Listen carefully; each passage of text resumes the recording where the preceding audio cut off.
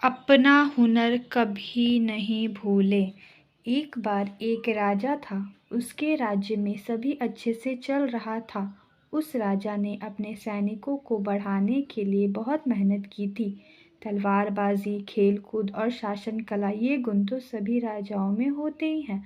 लेकिन इस राजा को इसके अलावा एक और भी शौक था। वह था कालीन बुनना। ये गुण हर किसी राजाओं में नहीं मिलता। राजा के इस काम को बहुत पसंद किया जाता था, लेकिन इसके साथ ही यह भी कहा जाता था कि ये काम एक राजा के लायक का नहीं होता। एक बार की बात है, जब वह राजा अपने सैनिकों के साथ जंगल में शिकार के लिए गया। वहाँ पर अचानक वह अपने सैनिकों से बिछड़ गया। राजा को अकेला देख वहाँ के डाकुओं ने उस पर हमला बोल दिया और उसे बंदी बना दिया। राजा के पास से कुछ नहीं मिलने के कारण डाकुओं ने राजा को मारने का निर्णय किया। इस पर राजा को एक युक्ति सूझी।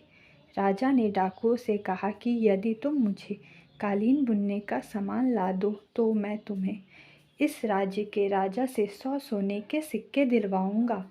इस पर डाकू मान गए। राजा को कालीन बुनने का सामान दिया गया।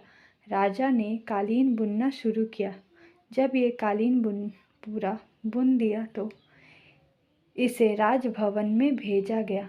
वहाँ पर रानी इस कालीन को देखकर राजा के काम को पहचान गई और उसमें लिखे राजा के संदेश को पढ़ लिया।